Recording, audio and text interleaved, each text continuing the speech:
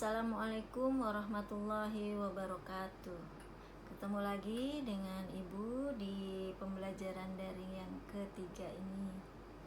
Pembelajaran kali ini mari kita mulai dengan berdoa bersama-sama.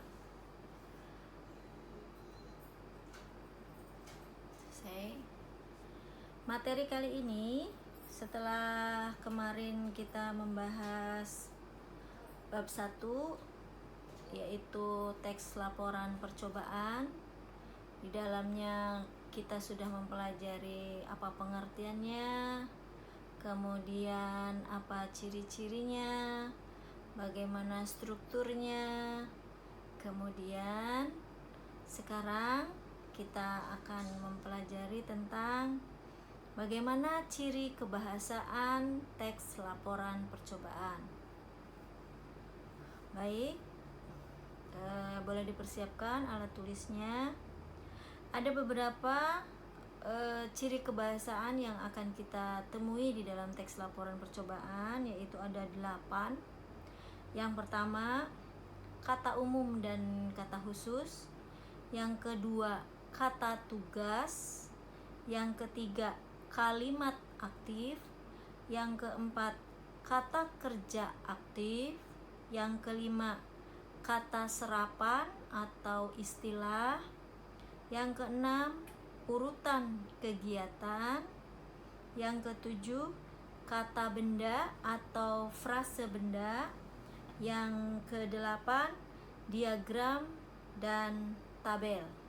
Ya, itulah ciri-ciri kebahasaan yang ada pada teks laporan percobaan. Yang manakah mereka itu? Nah, mari kita pelajari satu persatu. Yang pertama tentang kata umum dan kata khusus. Apa itu yang dimaksud dengan kata umum dan kata khusus? Kalau kamu punya LKS, boleh dibuka LKS-nya, atau kamu siapkan kamusnya, kamu bisa cari sendiri dari kamus. Oke. Kata umum adalah kata yang memiliki cakupan arti yang luas. Kata umum adalah kata yang memiliki cakupan arti yang luas. Kata khusus adalah kata yang mengandung cakupan arti yang sempit. Seperti apa ini contohnya? Contohnya, kalau kita mengatakan ada kata sayur, kemudian ada kata wortel, dan ada kata bayam, maka ketiga kata ini memiliki nama yang berbeda. Ya. Yang mana yang kata umum, yang mana yang kata khusus. Kalau cakupan maknanya luas, itu adalah kata umum. Yang dari contoh yang tadi disebutkan, ada sayur, ada wortel, ada bayam. Kalau wortel, ya khusus wortel. Kalau bayam, ya khusus bayam. Tapi kalau bicara sayur, banyak. Nah, cakupan maknanya luas. Maka yang dimaksud dengan kata umum, contohnya adalah kata sayur. Yang dimaksud dengan kata khusus, contohnya adalah ada bayam, ada wortel. Jadi, kata umum dari wortel dan bayam adalah sayur. Kata khusus dari sayur adalah wortel atau bayam. Itu contoh. Banyak contoh lain yang membedakan mana kata umum, mana yang kata khusus. Contohnya, kalau kita ke sekolah berkendara, menggunakan kendaraan. Apa saja? Ada yang menggunakan mobil, ada yang menggunakan motor, ada yang menggunakan sepeda. Nah, ini bisa dilihat mana kata umumnya, mana kata khususnya. Kalau yang cakupan artinya luas, berarti yang mana? Mobilkah atau kendaraankah? Nah, berarti yang kata umum adalah yang kendaraan. Karena kendaraan ini bisa mobil, bisa motor, bisa sepeda. Cakupan maknanya luas. Tapi kalau kata khusus, nah ini ada mobil, itu termasuk kata khusus dari kendaraan. Jelas ya? Itu yang dimaksud dengan kata umum dan kata khusus. Nanti kalian cari dari laporan kalian itu, gak usah banyak-banyak, 5 aja, mana yang termasuk kata umum, mana yang termasuk kata khusus. Oke. Yang kedua adalah kata tugas. Nah, kata tugas ini banyak jenisnya. Kita pahami dulu apa yang dimaksud dengan kata tugas. Kata tugas adalah kata atau frase yang tidak berfungsi sebagai unsur inti dalam kalimat. Kata atau frase yang tidak berfungsi sebagai unsur inti dalam kalimat. Yang bukan unsur inti. Memang yang unsur inti itu yang mana? Unsur inti itu contohnya subjek, itu berarti unsur inti. Predikat itu unsur inti. Objek, keterangan itu adalah unsur inti. Nah, kata tugas adalah kata yang bukan berfungsi sebagai unsur inti tersebut gitu. Nanti kita lihat ya jenisnya apa saja. Ini ada banyak ini dari jenis kata tugas ini. Untuk memahami jenisnya kita pahami dulu fungsinya. Apa fungsinya kata tugas itu? Kalau dia tidak berfungsi sebagai unsur inti, berarti apa dong gunanya dia? Nah, gunanya 1, untuk mendukung. 2, untuk menghubungkan. Yang ketiga, untuk menerangkan sebagai penerang. Yang keempat, penguat. Dan yang kelima ini untuk membantu. Ya. Jadi ada berapa fungsinya? Ada 5 ya. Ada 5 fungsi dari kata tugas. Sekarang jenisnya. Jenis kata tugas itu ada, Ibu di sini menulisnya ada 8 saja. 8 ya. Yang pertama sebagai kata depan. Kata depan atau preposisi. Yang mana itu preposisi? Contohnya di, ke, dari, pada ya. Kemudian kata tunjuk. Kata tunjuk ini, itu, di sana, di sini, tersebut, hal ini, hal itu. Nah, itu masuk ke dalam kata tunjuk. Setelah kata tunjuk ada kata tanya. Kalau kata tanya kemarin sudah tahu ya, adik Simba itu adalah kata tanya. Itu bagian dari kata tugas. Kemudian ada kata seru. Kata seru ini yang menyeru. Seperti hai, ah, aduh, wah, amboy. Nah, itu adalah kata seru, seruan ya. Kemudian kata hubung atau konjungsi. Ini yang sering dipakai nih, konjungsi. Kata yang fungsinya menghubungkan ya, kata tugas yang fungsinya menghubungkan. Contohnya ada satu frase dengan frase yang berikutnya ingin dihubungkan. Nah, maka pakailah kata penghubung. Yang mana itu kata penghubung? Contohnya ada dan, ada atau, ada tetapi, dan lain-lain, banyak ya. Kata penghubung ini ada termasuk koordinatif, ada termasuk subordinatif. Oh, itu luas sekali. Kamu bisa menemukan di Google atau kamu cari-cari dari buku Tata Bahasa Baku Bahasa Indonesia ya. Kalau ingin mengetahui lebih dalam mengetahui lebih jelas tentang konjungsi. Apa? Konjungsi atau kata penghubung, ya. Ada dan, atau, tetapi, jikalau, oleh karena itu, dengan demikian, walaupun, bagaimanapun, itu masuk ke kata penghubung atau konjungsi. Kemudian ada kata bilangan. Kata bilangan ini biasanya kalau di dalam laporan percobaan itu membilang 1, 2, biasanya ada di langkah-langkah, ada di tujuan. Kalau tujuannya lebih dari 1 berarti pertama, kedua, atau 1, 2. Nah, itu adalah kata bilangan. Kemudian ada partikel. Partikel ini biasanya digunakan dalam kalimat perintah, ya.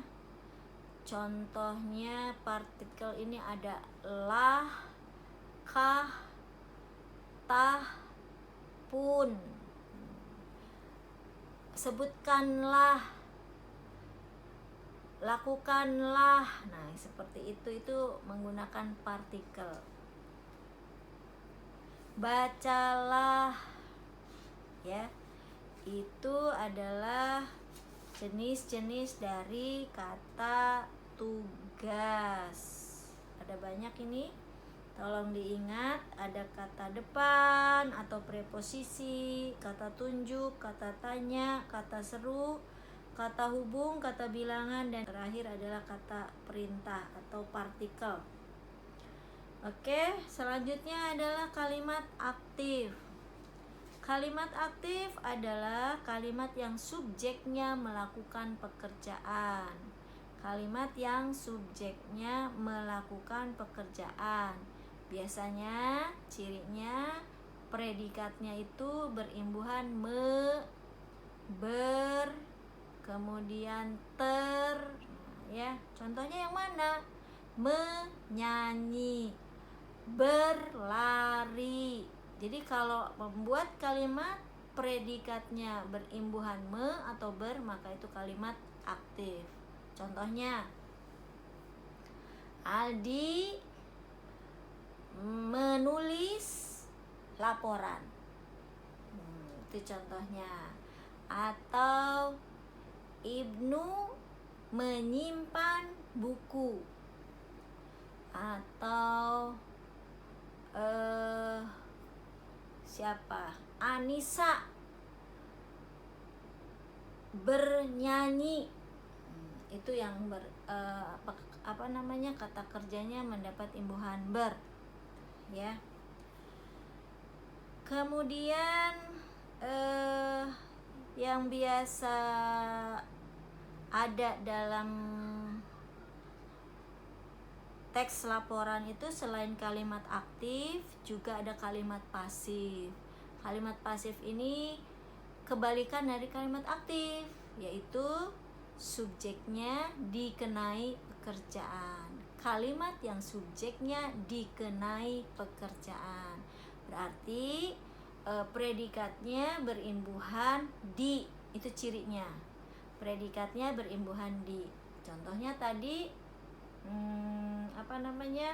laporan dikerjakan Alvan, misalnya, ya. Laporan dikerjakan Alvandi, di situ subjeknya berubah, ya, tempatnya. Oke, itu kalimat pasif. Kemudian berikutnya adalah kata kerja aktif. Kata kerja ini kata yang melakukan pekerjaan. Katanya itu menunjukkan suatu kegiatan. Biasanya kata kerja ini ada pada kalimat aktif tadi, ya.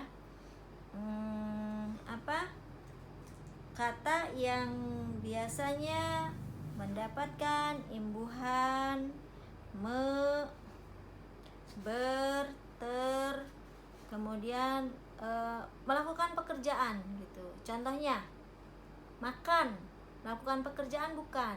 Ya, berarti makan adalah kata kerja gitu. Apa bedanya dengan kata benda? Kalau kata benda berarti merujuk kepada benda, bukan pekerjaan. Kalau yang merujuk kepada keadaan sesuatu atau sifat, maka disebutnya kata sifat. Contohnya apa? Misalnya kamu memegang es tuh. Es itu benda bukan? Ya, maka es itu adalah kata benda. Keadaannya bagaimana? Keadaannya dingin es itu.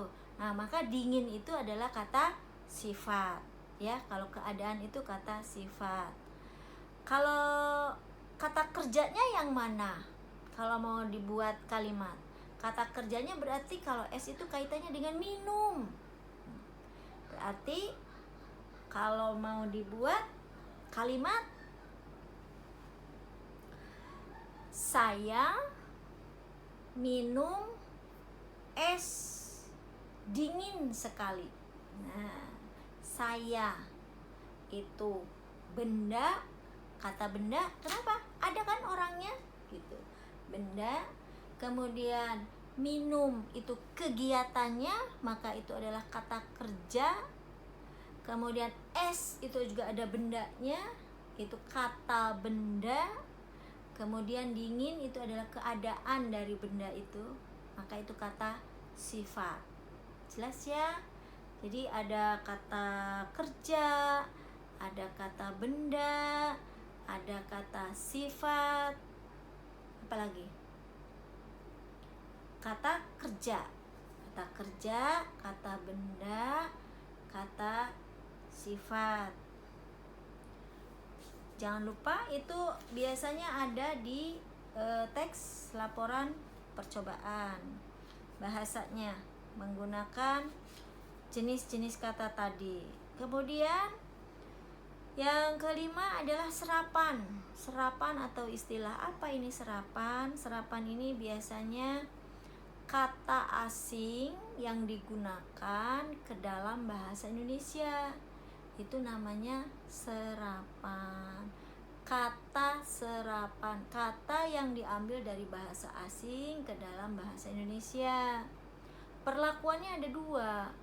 Ada dia secara adopsi, ada secara adaptasi. Kalau adopsi, tulisannya, pelafalannya diucapkan seperti bahasa aslinya. Contohnya apa ya? Misalnya ada kata blackcurrant.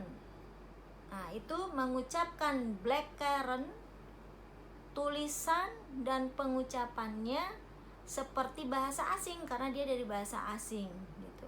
Itu yang disebut dengan unsur serapan yang diperoleh atau yang diperlakukan seperti bahasa aslinya, maka ini disebut adopsi.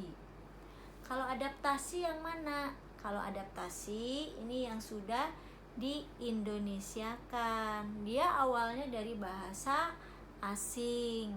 Contoh, kalau kita main bola, bolanya masuk gawang, disebut apa? Kita menyebutnya apa? Gol gitu ya. Tulisannya bagaimana? GOAL atau GOL? Pasti sudah diindonesiakan menjadi gol, GOL gitu. Padahal kalau bahasa aslinya adalah goal ya, gol. Kira-kira begitu, itu yang disebut dengan adopsi. Banyak sekali biasanya ini dalam teks laporan ini menggunakan unsur-unsur serapan dari bahasa aslinya, maka tidak boleh digantikan dengan Indonesia kalau memang harus ditulis seperti bahasa aslinya. Maka kalau ditulis seperti bahasa aslinya, ada bahasa asing di dalam kalimat bahasa Indonesia, maka dia harus ditulisnya miring atau tulisannya hurufnya berbeda dari yang lainnya gitu. Ya, itu untuk perlakuan kepada unsur serapan.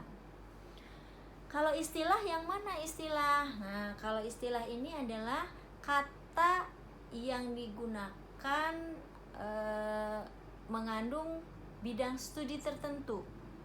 Kata yang merujuk pada bidang studi tertentu itu disebutnya istilah. Contoh, kalau saya menyebutkan kata frase, nah ini yang hanya tahu adalah yang belajar bahasa Indonesia, maka itu masuk kepada istilah bahasa Indonesia.